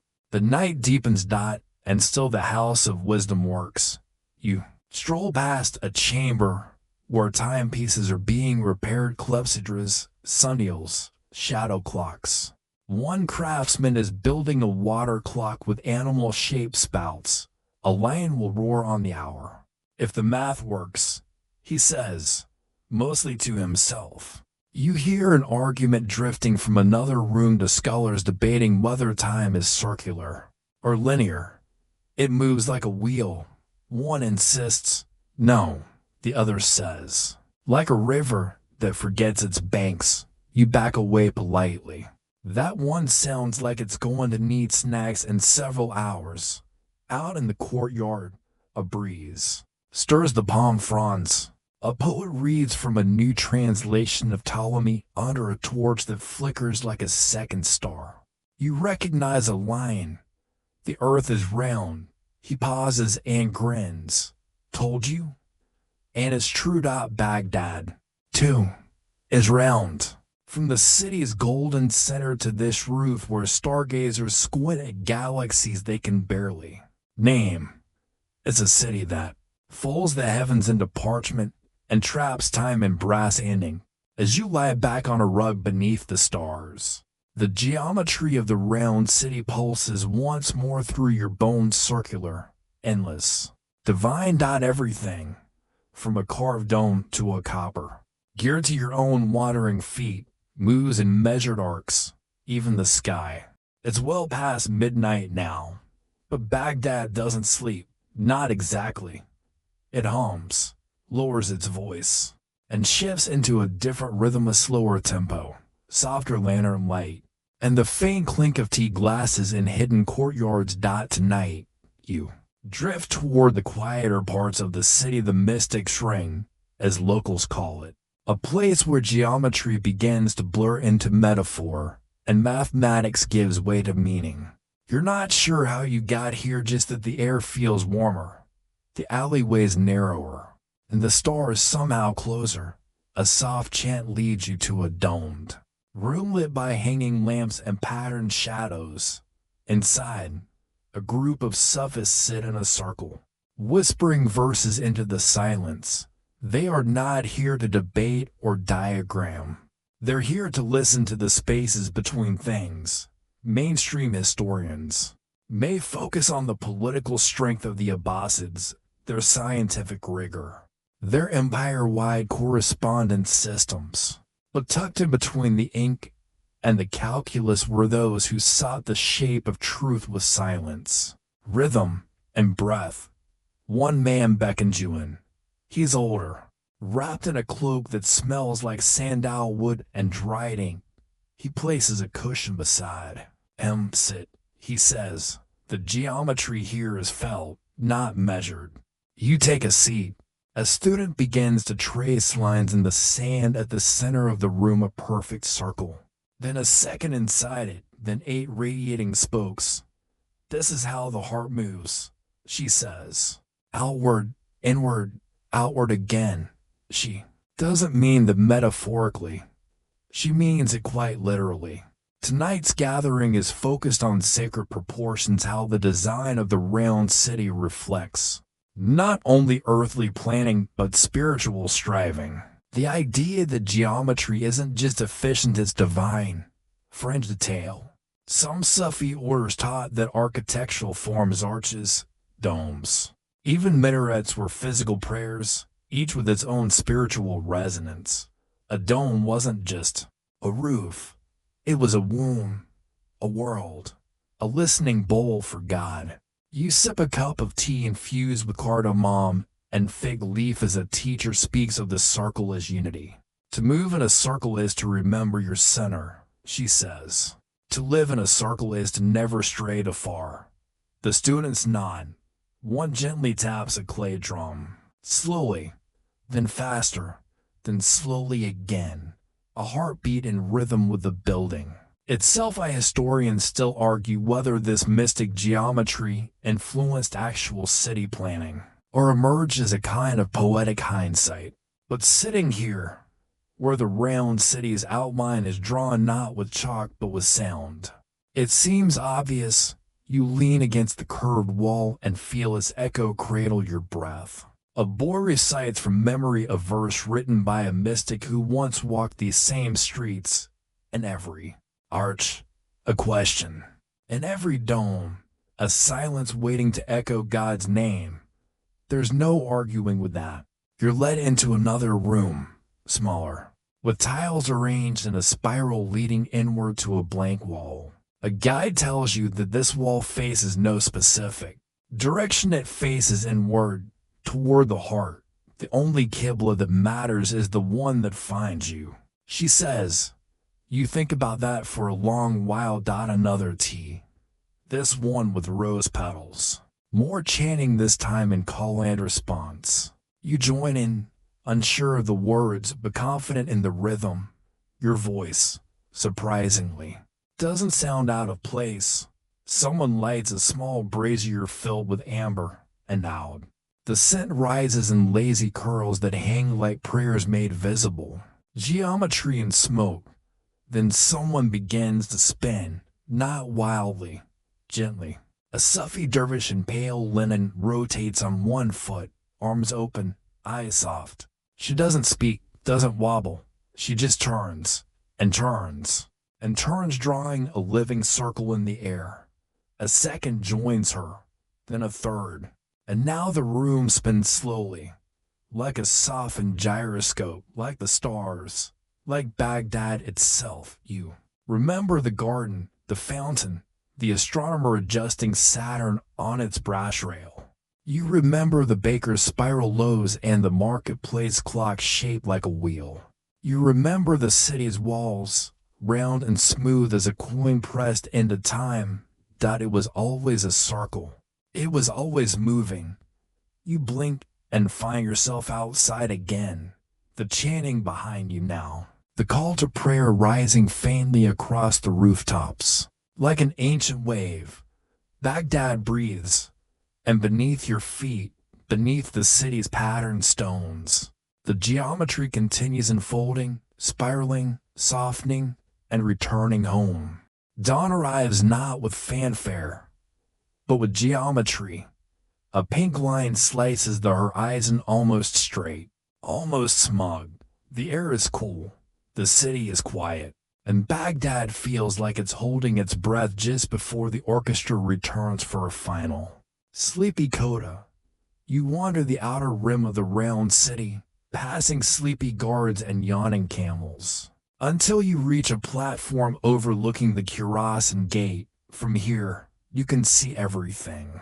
The walls curve around you, the streets radiate like sunbeams, and the whole city seems carved from a compass. If you squint, it almost looks like a mandala, or a clock, or a labyrinth designed by someone who loved math but secretly wanted to be a poet. And right now, it glows. You sip a cup of kahwa thick, dark coffee laced with cardamom and breathe in the silence. This city, once bustling with scholars and camel caravans, has given you its secrets, but there's one piece left. Why the roundness? Why the circle? Mainstream historians agree. The round city's design wasn't just aesthetic, it was symbolic, logistical, and spiritual. A circle is easy to defend, hard to fracture, and cosmically satisfying. It reflects unity, centers power, and whispers of divine order. But ask 3 historians and you'll get 5 theories. Some say the Abbasids wanted to distinguish themselves from previous dynasties by building a city unlike any other cosmic capital, not just a royal seat. Others suggest they borrowed from older Persian and even Central Asian models, like Firuzabad, which also used a radial layout. There's an ongoing debate about how much was political theater and how much was engineering necessity. Still others believe it was meant to mirror the heavenly sphere as a physical map of the universe, with the Caliph at the center like the unmoving pole star, ruling over a world that revolved, reflected, and rebalanced around him. You're not here to pick sides. You're here to watch the sun hit the golden dome at the center, and when it does, it's ridiculous. The kind of gleam that makes you squint, even cry a little, even if it's just from your coffee. The light bounces off the dome and skitters across rooftops, windows, tile pools. You walk.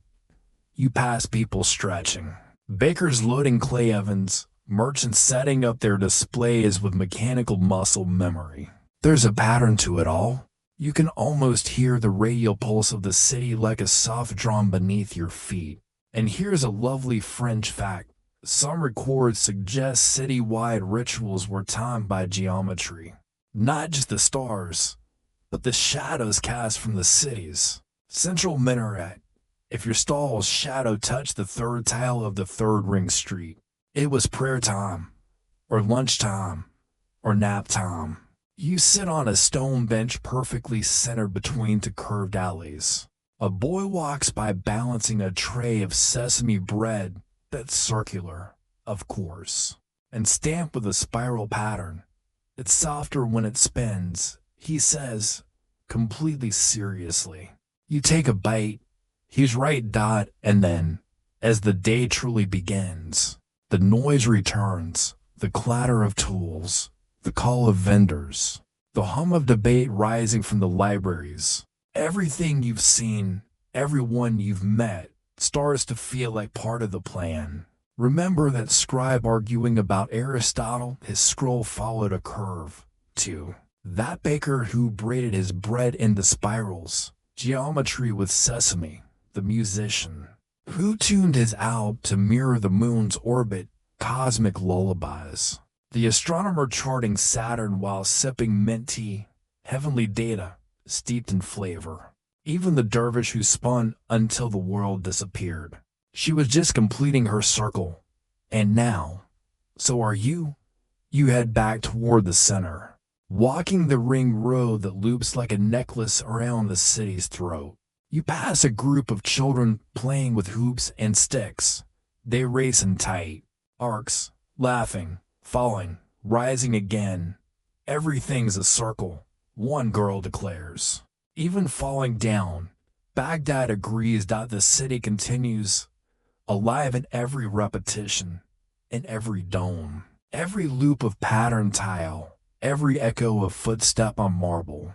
A place where the straight lines of logic bend gently into graceful arcs of meaning. And you, little wandering dot in this grand design, are part of it now. A moving point on the circle's edge, a piece of the pattern, a note in the rhythm. It feels like a goodbye, but also, somehow, like you're right back where you started. You sit once more in the very center of the round city on a marble bench, beneath the dome of the Caliph's audience hall, where whispers bounce and loop like they've been waiting for you to return. This is the still point, the eye of the city storm of trade, learning, prayers, bread, stars, and soap. You've traveled through geometry and gossip, gardens and galaxies. And now, with the morning warming into day, it's time to slow down, to take in the city's quietest masterpiece. Its design is a living, breathing symbol of balance. Most cities grow like spilled ink dripping outward, chaotic, shaped by accident and ambition. But Baghdad, at least in its founding years, began as a perfect diagram, a circle, precisely measured, divided into quarters, each wedge holding equal weight and purpose and people. Historians still argue how closely the builders followed the blueprint, whether the symmetry was ever truly completed, but the intention was clear. Baghdad was built to embody an idea, a center for the world, a metaphor carved in brick and bronze, a geometry that mirrored both reason and revelation. You lie back, arms outstretched, your fingertips just brushing the grooves between the polished floor tiles. They run in subtle curves, part of the larger model beneath your back, a map you can only feel. A clerk walks by carrying scrolls wrapped in silk bands. Too much knowledge today, he sighs. My head feels like an overstuffed teapot. You smile. You know the feeling. And yet, here in this still point, the overload melts into pattern. You think back on what you've seen. A soapmaker shaping his spiral floor to steer your wallet. A rooftop astronomer tuning Saturn into place. A gardener pruning mint to keep the bees aligned. A mystic drawing silence in the circles of song. Each one unknowingly echoing the same design, the same gentle obsession with order, rhythm, proportion. You remember how even the donkeys in the market seemed to walk the ring road as if they knew they were part of something elegant. Or maybe they just like the shade dot above you. The golden dome flickers with tiny birds circling in pairs. You swear they're flying in sine waves. Or maybe that's just a sleep-talking dot in one quiet corner of the audience hall. A mosaic catches your eye, a medallion pattern made of 18 pointed stars. Tiny tessellations that repeat without end. There's no beginning, no final tile. Just endless variation within structure. Just like the city, just like you, nearby. An old man sketches on a wax tablet with the tip of his fingernail. You lean over his shoulder. He's drawing a dome split into equilateral triangles. A thought experiment, he mutters, if truth were a shape, fringe detail. Some of the most admired Abbasid court poets were also amateur mathematicians, weaving algebraic metaphors into love poems. Imagine a sonnet that references parabolas and ends in a proof. My longing is exponential. One once wrote, and you, the axis of my collapse, you stand slowly. The sun's higher now, filling the hall with golden shafts that seem to pause midair. Too beautiful to keep falling, your body casts a shadow on the marble. It splits across the tiles. Even your shape conforms to the pattern. You think about how Baghdad's design, its grand radial symmetry was more than practical. It was philosophical, a way to remind every person, high or humble, that they had a place in the pattern, a position on the curve, a direction toward center. It didn't matter if you were a builder or a scribe, a poet or a potter. The round city invited you to move, rest, eat, argue, and dream within its loops. To circle, always. Back to yourself. As you step outside the dome and into the sunlit plaza. You feel the quiet tug again, the whisper of balance. And maybe that's the secret to it all. Baghdad didn't promise perfection. It promised motion within order, movement with meaning. And now, it offers you one last parting gift, the chance to carry the pattern with you in the way you walk, the way you notice, the way you sketch thoughts in the margins of your own life. Because now you know, geometry isn't just shape. It's memory, it's rhythm, it's the hush between thoughts. It's how you remember to breathe when the world forgets. It's Baghdad. It's you. Let the day begin again, soft, slow, and spiraling inward. You find yourself once more walking the curve of the round city's walls, not with urgency now, but with a kind of reverence. Every stone, every arc, every angle of light has become familiar, like the rhythm of your own heartbeat. There's no need to discover anything new tonight. You're here to remember, to loop through all the little lines that form Baghdad's great circle, and feel how they still hum beneath your feet. In the distance, the domes gleam like polished coins. A breeze carries the smell of warm bread and mint. You know exactly where it came from. The baker. Remember, with the sesame spirals and the rolling pin wisdom. He once told you that bread was a form of geometry you could eat, that the spiral was a message, if only your teeth were poetic enough to decode it. Mainstream historians might not mention him, but you will just beyond the market's edge. You spot the caravans arrive, the rest stop for traders and travelers. Its archways form interlacing bands. A design meant to soothe weary eyes and remind the body that it still belongs to a system. Even when far from home, a group of travelers sits in a circle, passing around tea. Their languages braid together: Arabic, Persian, Turkish, even Greek, like threads on the loom of the weaver you met. The one whose cloth patterns were based on mosque mosaics and could allegedly ward off slander. Fringe detail? In some trade guilds, apprentices were taught their crafts using geometric mnemonic shapes instead of words. A triangle might represent fold once, stitch thrice. A square, test the weight before cutting. You wonder if any of those patterns remain in the work today. Historians still argue whether Baghdad truly functioned as a plain utopia, or if the city grew into its ideal form only after the fact. But standing here, the debate feels almost irrelevant, because whether by blueprint or by accident, the city worked. It thrived. It held. And in its loops and lattices, it created space for both certainty and mystery. You pause beneath a minaret, where a muezzin's voice once traced sound spirals across the morning air. The call to prayer is ended, but you can still feel it curling around the bricks like incense. And there, tucked into a quiet courtyard, is the astronomer's rooftop again. You climb the narrow stairs slowly, listening to the creak of wood, the sigh of stone. Up top, the sky is violet now. The stars are just beginning to appear, and the armillary sphere waits for you like a faithful old cat, still aligned to the heavens, still spinning when nudged. You remember the girl who adjusted Saturn with her fingertip and whispered, "Want to see Mars?" While pointing to a lamp. You smile. You never did see Mars. Maybe next time. You sit cross-legged and close your eyes. The city breathes.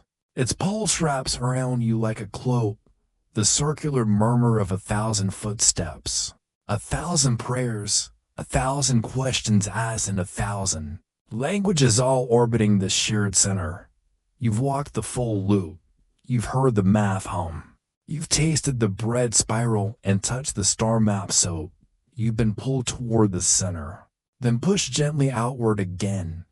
And now, in the quiet swirl of memory and moonlight, it's time to let go. Because in a city built of perfect circles, there is no end, only return, only rhythm. Only sleep. So now, just let your breath follow the soft pattern of the round city. And through the gate, out through the garden. And through the market, out through the stars. You've walked long roads tonight, paved with ideas, stitched with stories, swept by time itself. And every step has led you gently back here, to this quiet center of sleep. There's nothing more you need to do. No edges to sharpen. No corners to turn. Only the slow spiral inward, toward stillness, toward silence. Imagine the marble under your fingers, cool and smooth. Imagine a lantern flickering just above you, casting lazy geometric shadows on a mosaic floor. Hear the distant lilt of a poet murmuring verses to a cat. Taste the last sip of mint tea, and feel the weight of sleep settling on your shoulders, soft, pattern, inevitable. Let the round city dissolve now, like sugar in warm water. Let the names fade, the streets quiet, the domes drift upward into starlight. You're safe here, wrapped in centuries of symmetry and sand. Float gently now, as the city spins below you. Dream slow. Dream soft, dream round.